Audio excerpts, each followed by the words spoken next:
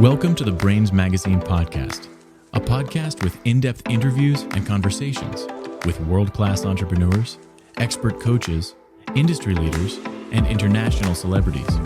Get exclusive insight into the world of business, mindset, leadership, and lifestyle with your host, Mark Sefton.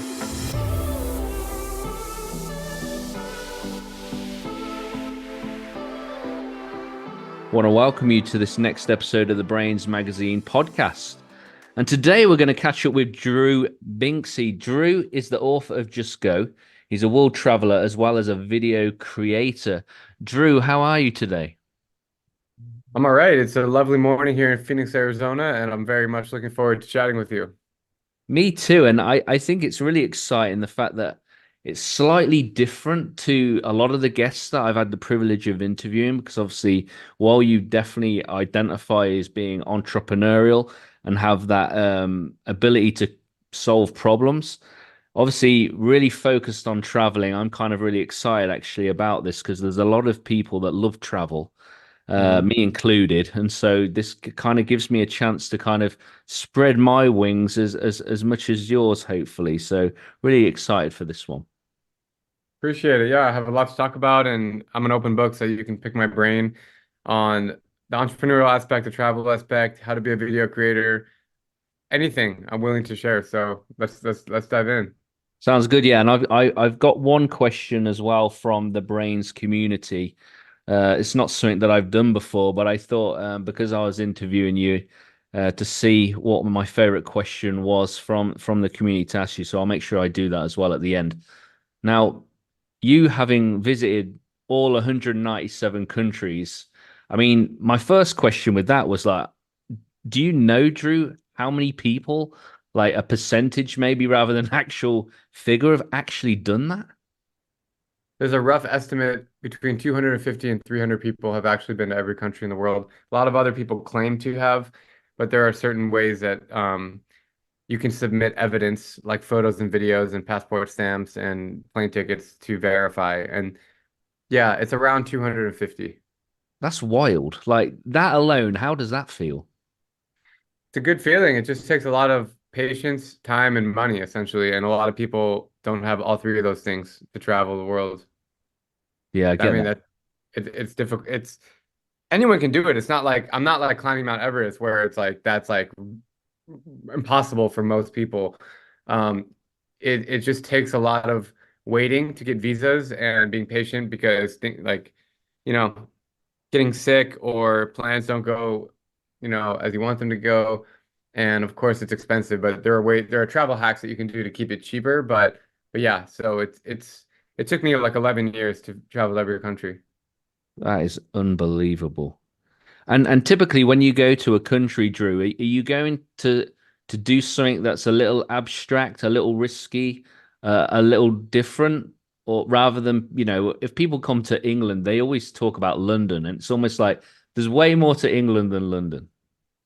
Yeah, basically I try to find the most interesting story about people and culture wherever I go, or like crazy adventure, adrenaline pumping like trips. So yeah, I'm often in big cities because that's where I land and I spend a couple days there, but then I go off. Like I'm heading to China in a few weeks and I'll be in Shanghai for one out of my 21 days in China, and the rest of my days I'll be in central, western, and southern China to places that no one's heard of. So yeah, I do like to basically chase the story. Wherever the story is, I'm heading there. Love that. Now, what country has been the biggest surprise to you and why? Because often when we travel somewhere, we do a bit of research. We maybe ask, some people who have been there, and that's typically how we get our frame. But was there one particular country that really surprised you? Afghanistan is a beautiful place and it gets a lot of bad press, obviously, because of wars and stuff. But yeah, I've been twice and I hope to go back soon. The nicest people in the world, good food, amazing nature, and just really humble culture. People that still dress like they have in the 1920s, and people aren't on their phones all the time. It's just a really like respectable place, and people are super friendly in Afghanistan.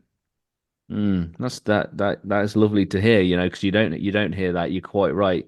Focus on the war tornness of that country, of it being somewhere that's a threat rather than somewhere that you'd actually gravitate towards. So interesting that you've been twice and want to go back.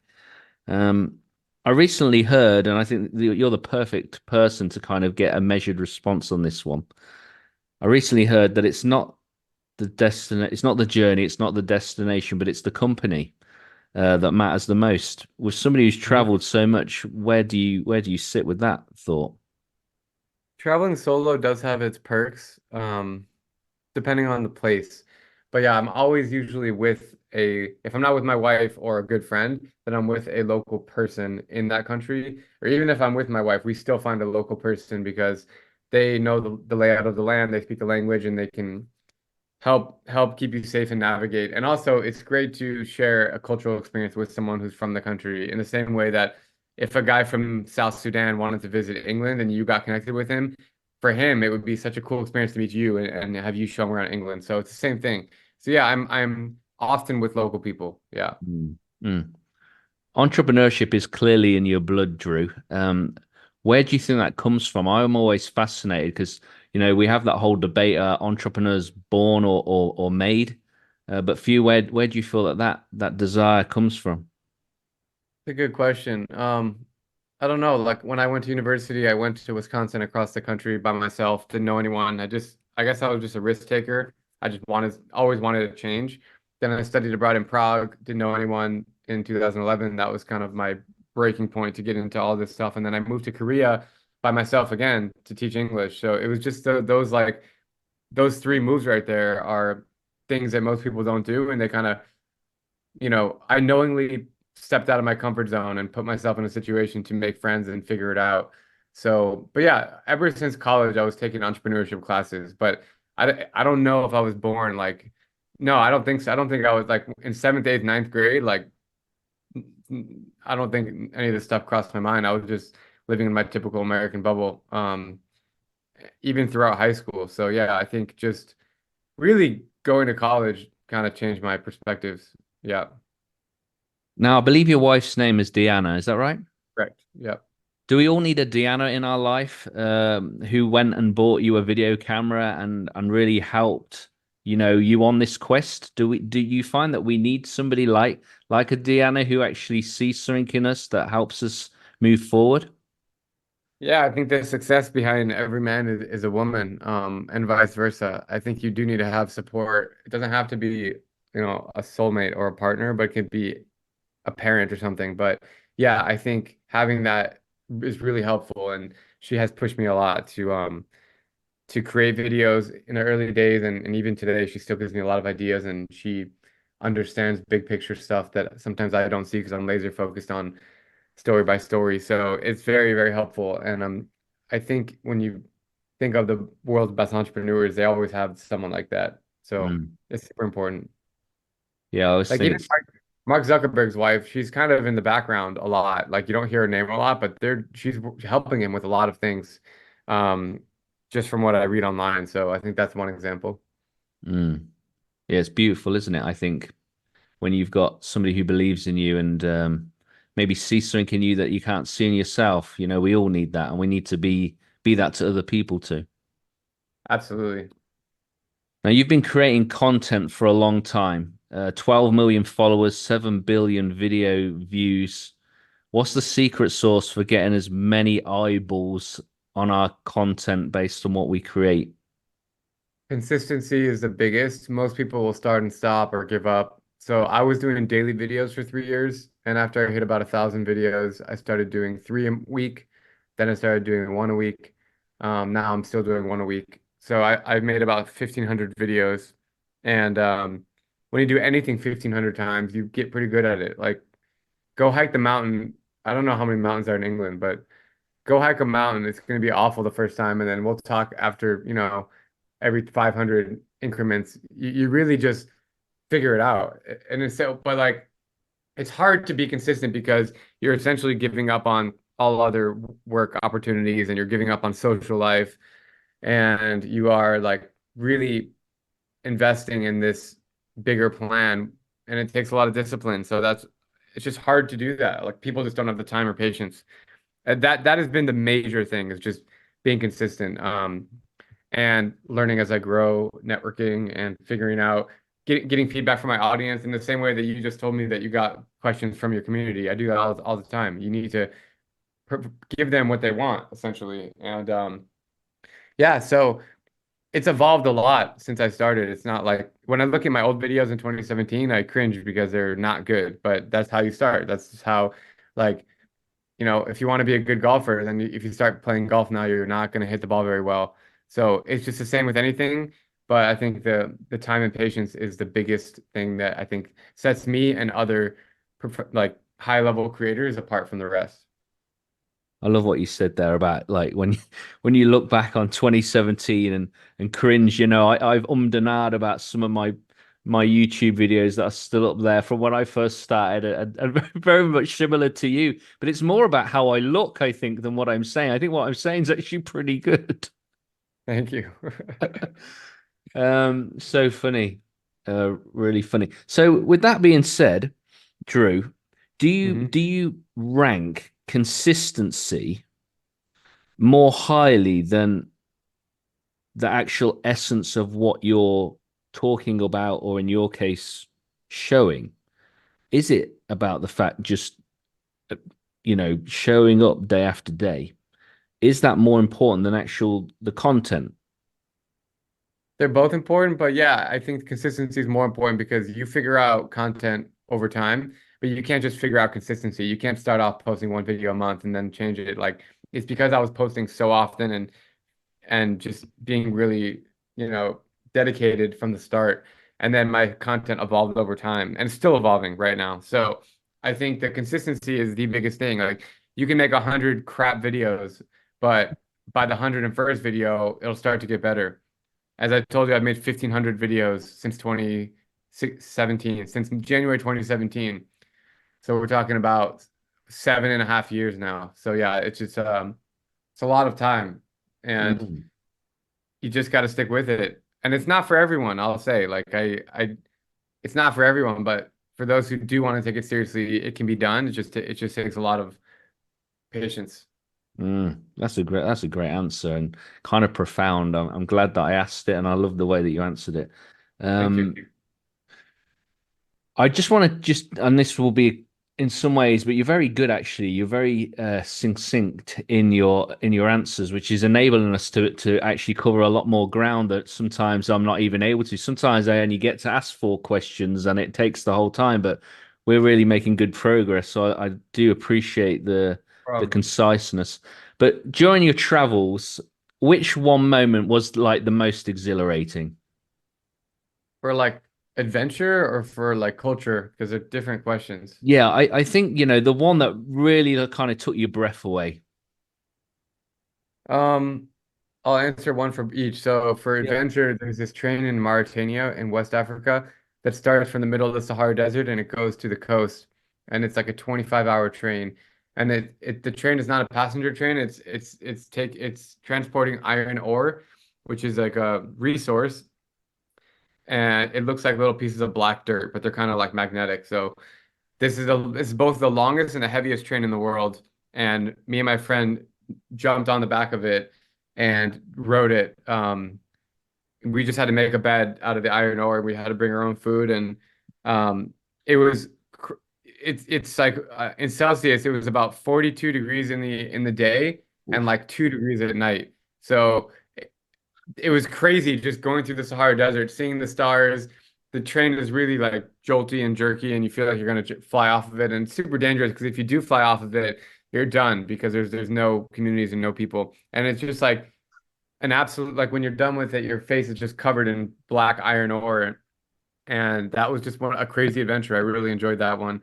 And then as far as culture goes, I've made a lot of videos with African tribes. I think that they're so fascinating and they teach us a lot about how to live. But South Sudan is a good country. Well, I brought up South Sudan earlier. I like to keep things moving. In the Congo, I met the Pygmy tribe, who are genetically the shortest people in the world. Hmm. They're all about 4 feet tall, which is like 1.2 meters tall, the adults Wow. on average.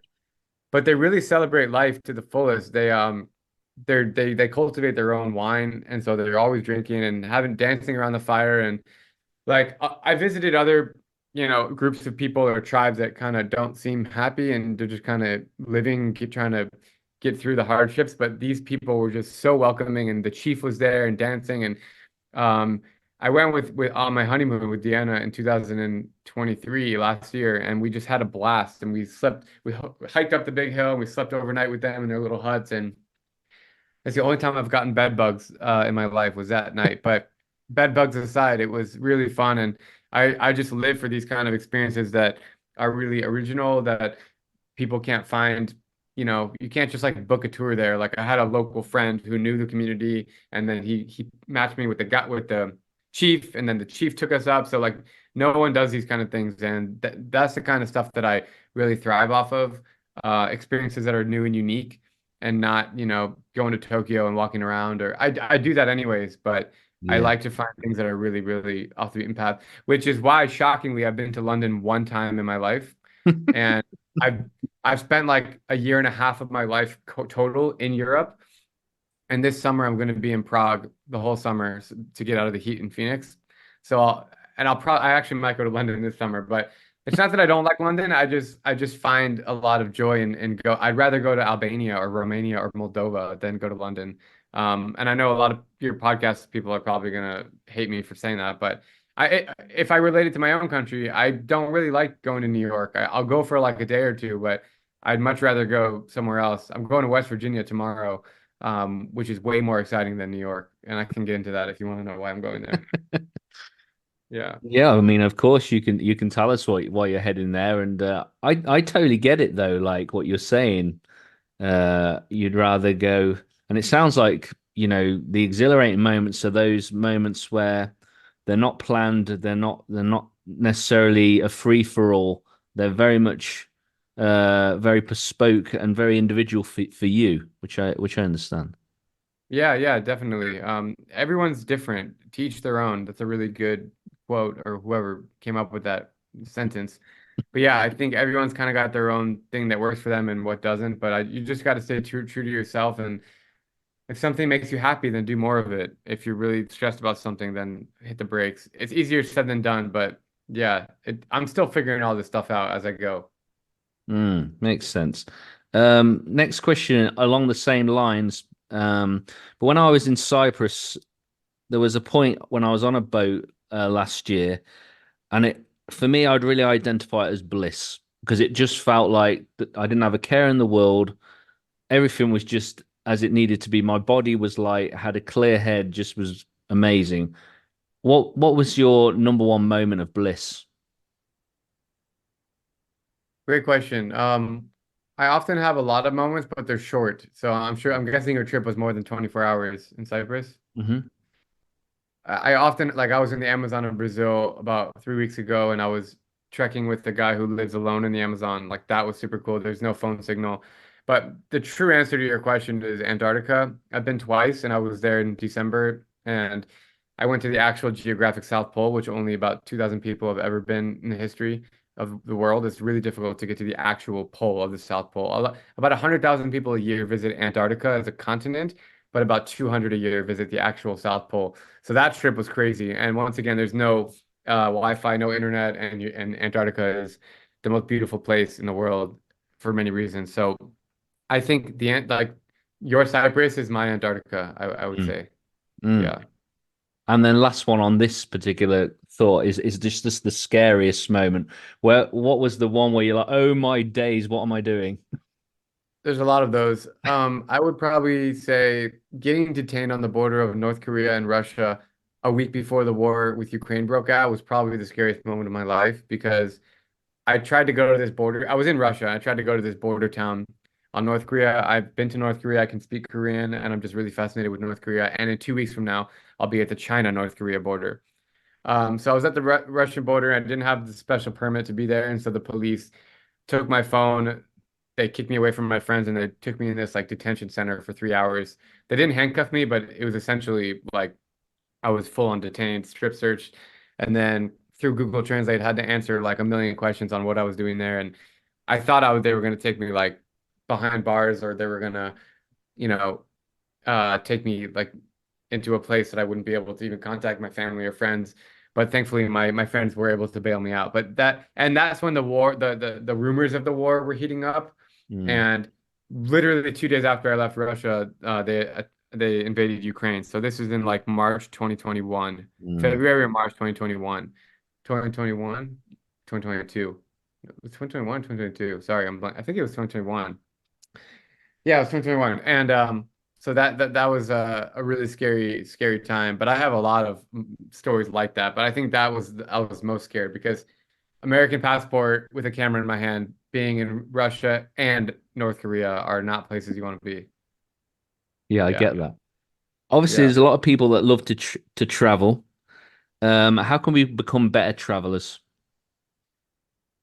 I mean, it depends what you like. I mean, if saving money is a big thing for you, which I'm guessing most people it is, then you can travel hack. You can get certain credit cards. You can find ways to cheat the system, in an ethical way for Marriott, for Hyatt, for British Airways. There are ways you can like bump yourself up to elite status quickly, which really helps.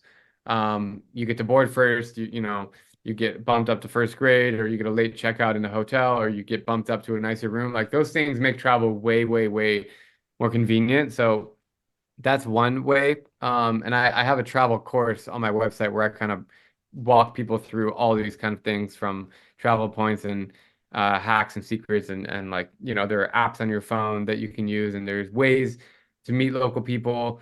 This is for a whole nother podcast, I think. But I think it depends what people want to get out of travel. That's Yeah. what it really comes down to. Some people if they just like scuba diving, they just want to go to travel places and scuba dive and then go home. And if that is the case, then I would have maybe slightly different approach for you. But if you're someone like me who just wants to go and meet people and travel and um then I think yeah, hacking the travel rewards points. And I understand as an American, I get access to these credit cards that a lot of others don't. But I think if your audience is mostly in Europe, um, I know in the UK specifically, you guys get access to a lot of these credit cards that will give you um, the same rewards that I'm talking about. But of course, like the world is not fair. And if you come from the Philippines, which is where my wife is from, or if you come from I don't know, Kenya, then you're not really able to get these benefits. And not to mention your passport is also not strong. And that's another thing. Getting visas is the biggest was my biggest like holdback from a lot of my travels. And right now I'm getting my Algeria visa, which is taking about 2 weeks. So like if it depends on where you want to go, which is why like if you want to go to places like Somalia, then we can talk about, how to get visas and what's that look like. But if you're just going to, Canada or Brazil, it should be a lot more straightforward. But yeah, as I said, I have like a 5 hour video travel course lesson on my website that I break down in detail a lot of these things I talked about, but I'm just kind of grazing the surface right now. And also in my book, which is called Just Go, I have a lot of these tips in there as well. So yeah. Sounds good. So if people are interested, they can go buy Drew's book, just go, or go over and get his 5 hour course. That's sounds like a good idea right there, Drew, for sure. Why do you believe everybody should travel? Because some people, often it might be the fear of flying. Often some people still don't have a passport. For someone like yourself, why should everyone travel? What do you think that traveling has really brought you that you couldn't have got without? It's a good question. Travel just really makes you wiser and teaches you things about the world that you never knew and maybe never wanted to know. Like history. I'm not really a history buff at all, but if you're standing in front of the pyramids of Giza, you can't stop learning about how this came to be. And I think all of these little things that you pick up from travel just make you wiser and more well off and understanding other people's cultures and having empathy for people. You live in the UK, so it's super diverse there. So, when I do go there next, it'll be really cool to walk into an Indian restaurant and talk to the chef and be able to relate because I've been to almost every state in India. Um, or simple things like watching movies. You'll be able to understand context a lot more. Like if the opening scene is shot in Belgrade, Serbia, if you have never been to Belgrade, then maybe it's not that interesting to you, but Belgrade happens to be one of my favorite cities in the world. And I just think it's so cool that I can just connect. Like, I'm a big sports fan, and so right now in basketball playoffs, Jokic is destroying again. Who's a three-time MVP, and he's on the Denver Nuggets. And he talks a lot about Serbia in his press conferences, and it's just cool to know that like I know his culture really well because I've been to Serbia like 10 times and watching him play, and also Novak Djokovic. I'm a big tennis fan, so like just traveling like in with food, going to restaurants. It's just there's so many like moments in life that things come from other countries. And personally, I think that if you've been to other countries, you can really be more well off and be more understanding and have more conversations with people and just understand how the world works. And also, if you come from a privileged country like both of us do, then you really get to understand perspective of how lucky you have it when you go to, let's say like Cameroon or Gabon or Central African Republic. When you go to those countries and you come back home, you'll realize that wow, like we shouldn't complain about anything, you know? So Mm. that's another thing why I think travel is super important. But also it's fun. I mean, like it's a blast, and I can't wait to go to my next place and meet people. And some people don't have that drive, and I understand that, but I think there's an experience for everyone. If you are more of an introverted type, then you don't have to like go out and meet people at a bar. You could go in nature, and do a nature experience or go on a boat in Cyprus. Many things Mm. you could do. Yeah, Yeah, that beautiful power of contrast that you're touching correct. on. Um, Really interesting. And it's funny because I find, and I don't know if you can relate to this, Drew, but sometimes there's computer games where you have to go into a room and you pick up an object and it'll help you, I don't know, refuel your health or whatever. And I almost feel like in life sometimes we have to go to certain countries and we pick up uh in this case, in my thought process, an energy or something that you can only get from going to a particular country. Can you really feel that? Like when you're traveling around energetically, do you really feel like how sometimes you have to go to Africa in order to have a certain perspective and to collect something? Does that make sense? Yeah, I collect memories, but I also collect physical things. I have a lot of things like currency banknotes or maps or flags or just kind of stuff like that, mementos. But yeah, I mean, every place is different. Like Japan, I was recently there, and it's such a great country. It's that culture is very isolated, which means they do things their own way. It's very technologically advanced. So, like heated toilet seats, for example, that's something that like we don't have. And going to Japan, like that, it's just like the coolest thing ever to sit on a heated toilet seat and have a bidet at every single toilet that you use. Um, that's one example, but like there's so many cool things about different cultures that you do pick up when you travel and that you remember and that you cherish. And that's why I'm just an advocate for people to travel. And if you don't have the means to travel overseas and, get in a car and drive to the next state or province or country from where you are. I mean, luckily, if you live in Europe, then you're the most blessed because you can visit within a 5-hour radius, you can visit several countries. And I think that that's awesome. Mm, Or take a really cheap flight in Europe. mm, But if you're in the US and listening, like, if you live in Nebraska, then get in a car and drive to Oklahoma or drive to Iowa and you know, you can find new experiences next door to you. And I think that's also something that's really valuable. mm. Do you have a favorite transport? Like when you travel, is there a favorite transport that you have? I like trains, like long train rides. I don't do them often because time is harder for me to come by, but I've taken trains across Russia, across India, across South Africa. And that's kind of fun just to see outside the window. And it's a little boring though if you don't have patience. Um, I don't like buses because once I was in a bus crash in India and two people died on the bus. So I try to stay away from buses because I have like PTSD from that. Yeah. Um, yeah, I mean, walking is great. I've done many treks, like 50, 80 kilometer treks over a couple days. Myanmar was my favorite one. But like walking to experience cities is the best because you get to when you're in a car, especially if you're in an underground metro or something, you forget it because you can't see any of the city. But if you're in a car, you also miss a lot of things. And if you're walking, you hear everything and you take your time and you can stop as needed. And I think that's really a good travel tip is to like if you have a couple days in any city, like I'll be in Berlin in a few weeks and I've been to Berlin many times, but I'm looking forward to just walking around or taking a bicycle if you can and want to. You can cover more ground on a bike, but you can really feel the place more by foot. So I think that's a good tip. Mm. Okay, so the question that I have from Christopher Morris in the Brainz community, he said, "You've been to so many places, experienced diverse cultures, um, and you've been in conversations with thousands of people. What is the one thing that defines us as human beings?" I think human beings are all the same, and that's why I wear this on my shirt. You can read it. It says we are all the same. Hmm.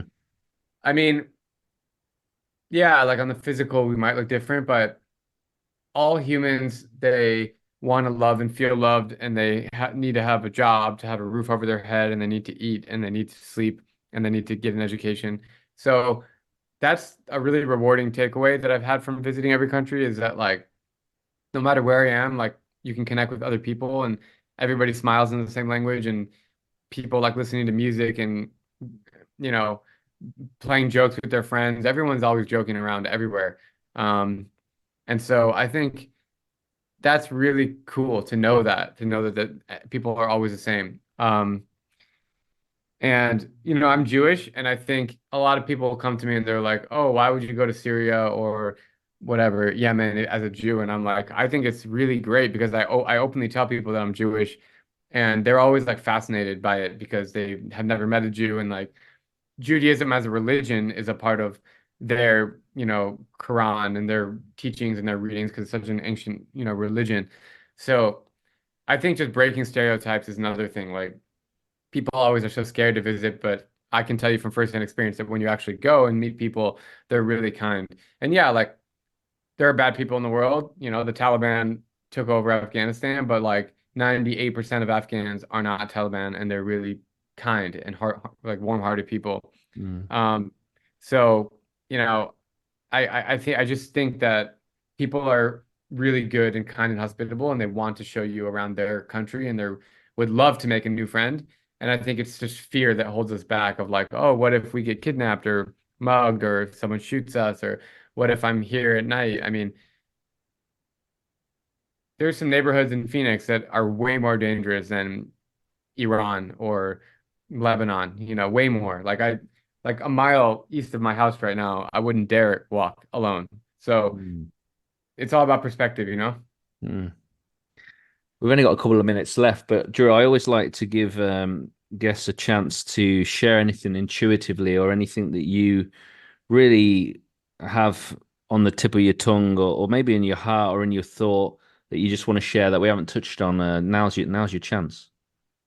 The Middle East is my favorite region in the world. So if anyone wants to travel to like not a place like London, Paris, or New York, look into the Middle East, specifically.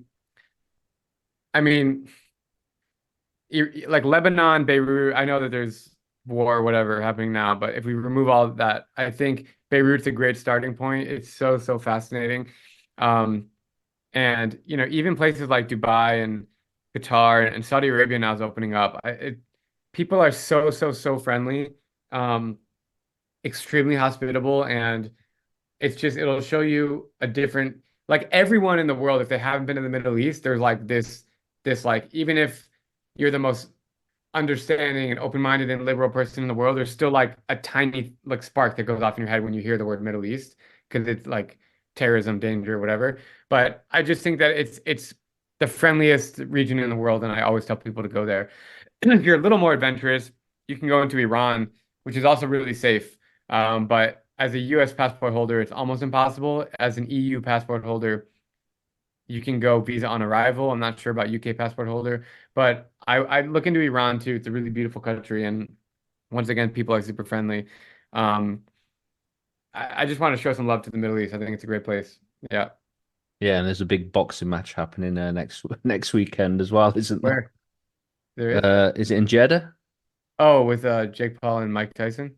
No, with Tyson Fury and Alexander Oh, Usyk. oh, it's in Jeddah. Yeah, Saudi Yeah, Arabia is disrupting the golf world, the boxing world, the football world. Their money talks, I guess. yeah, does. Drew, it's been so good to have you on the show. How do people find out more about you and your work? Yeah, thank you. Thanks a lot, Mark. So it's at Drew Binsky on social media, DrewBinsky. And that's also my website, drewbinsky.com. If you go to drewbinsky.com/book, you can get my book. It comes out on May 21st. I'm not sure when this podcast will be out, but it might be around that time. So, but you can still pre-order it on Amazon or any one of the other online sources. And yeah, it's a lot of stories from dangerous countries that are untold stories that are all kind of positive in the end, and a lot of travel tips and hacks. And it's a pretty easy read. It's 200 and it's 180 pages. It'll go by super quick, and it's fun. I enjoyed writing a book. It's a different way to reach people.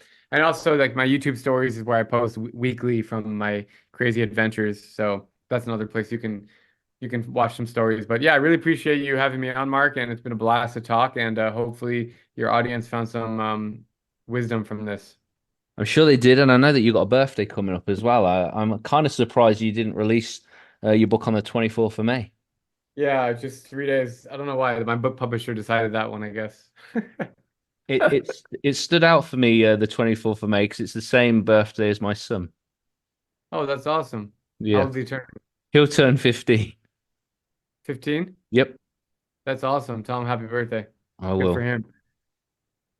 Good chatting, Mark. Thanks a lot. And let me know if any other ways I can help you or your audience. I would love to be collaborative. Sounds great. Thanks, Drew. All right, take care. See ya. Bye. Thank you for joining this episode with me, Mark Sefton. I hope you've really enjoyed it. Feel free to leave us a positive review on iTunes, and I look forward to welcoming you back to the next episode of the Brainz Magazine podcast.